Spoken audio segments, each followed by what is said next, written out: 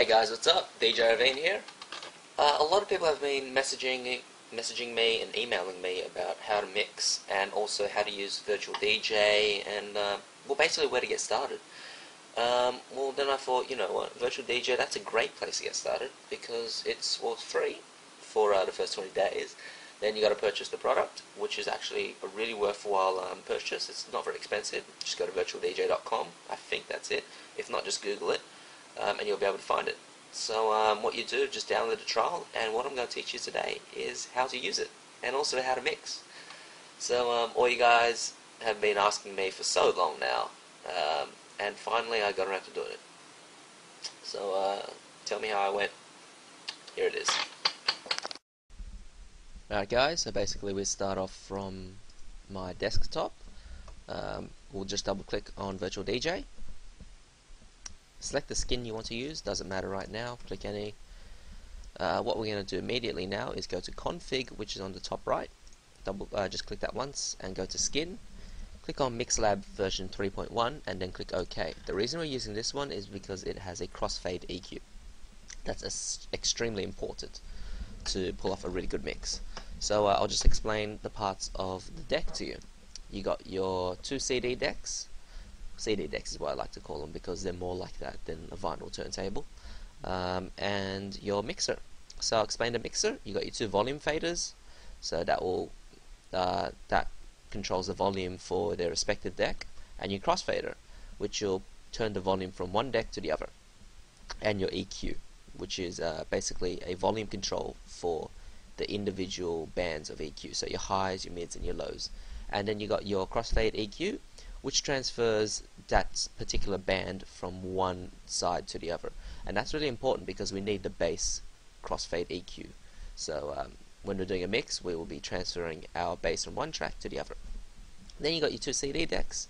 I'll explain the portions of the CD deck. You got your pitch slider, which turns the speed up or down of that track. You got your cue, your pause, and your play, and your sync button. So what a cue button will do is basically put a save point on that track. So whenever you click the cue button, it will go back to that save point, no matter where you are on the track. Then you got your pause button, which doubles as a stop button when you click it twice, and your play button, which is obvious, and your sync button, which is important because it lets you pull off really easy mixes really well. And what it basically does is match up the beats for you, and it will also match up the speed. So you can pull off really wicked mixes with this. So basically what we'll do now is just drag a track on. Oopsie. Here we go. What's Cot saying? La la la la la. What? Oh, okay. Alright, so basically what just happened was that we have a track overview here. What that is basically wherever you click on that, it will take you to that point of the track. So the whole track is here wherever I click. So I want to go to the middle, I click there. Self-explanatory.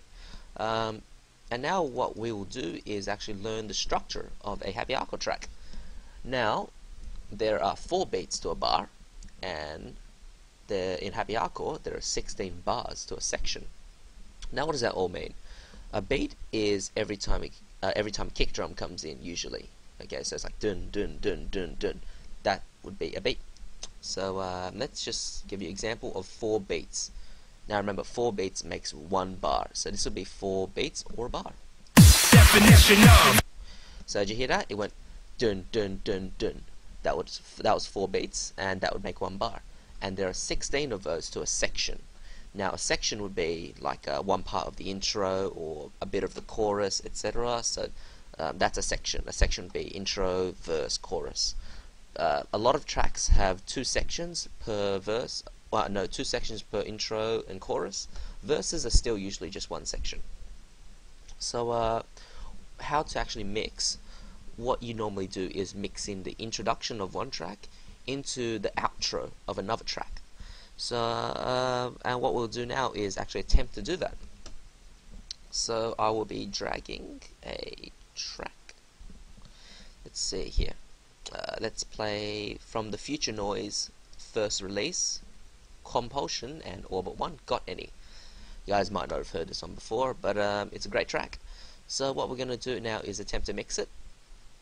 Now, thankfully, the two tracks are already the same beats per minute.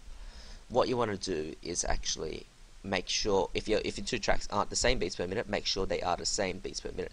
So you can do that manually by moving the pitch slider up and down, or just press the sync button and it'll do that for you.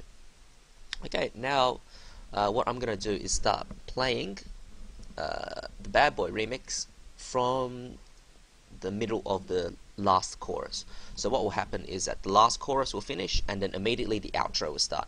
And as soon as the outro starts, we're going to press play on the beginning of the Compulsion Orbit 1 track.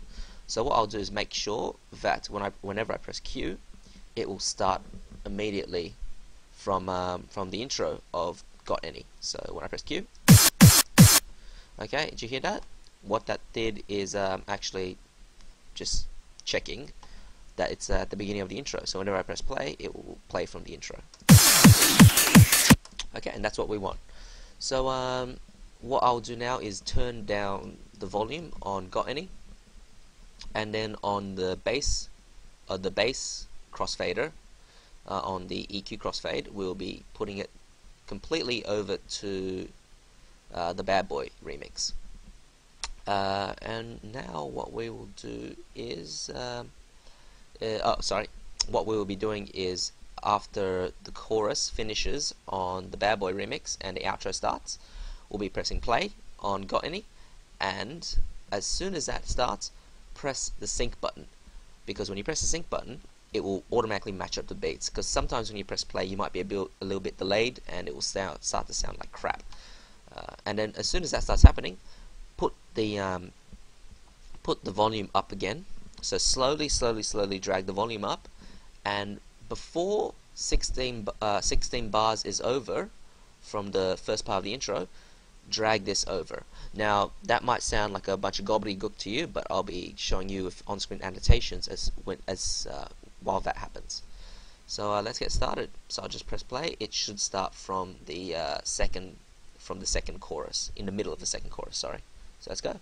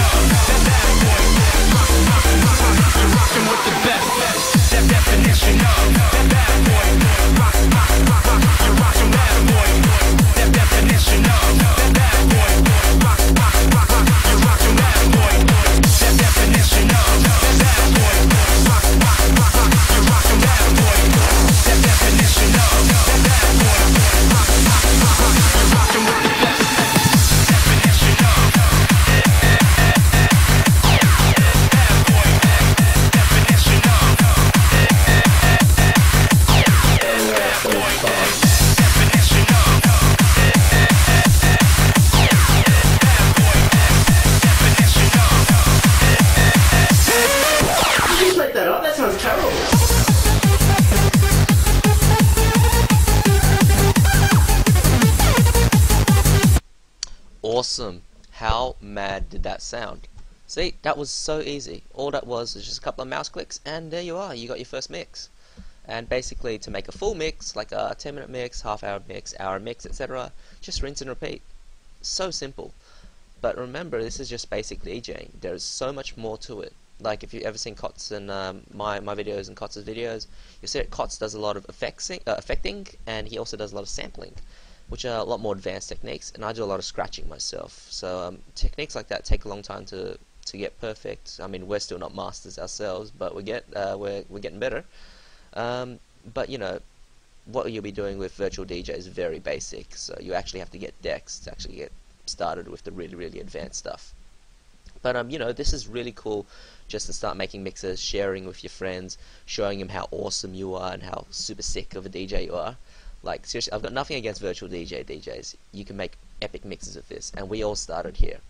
So you know, just for all you beginners, this is just a little treat for you. So yeah, get out there and start mixing. And as Jonathan says, practice and enjoy. See you later.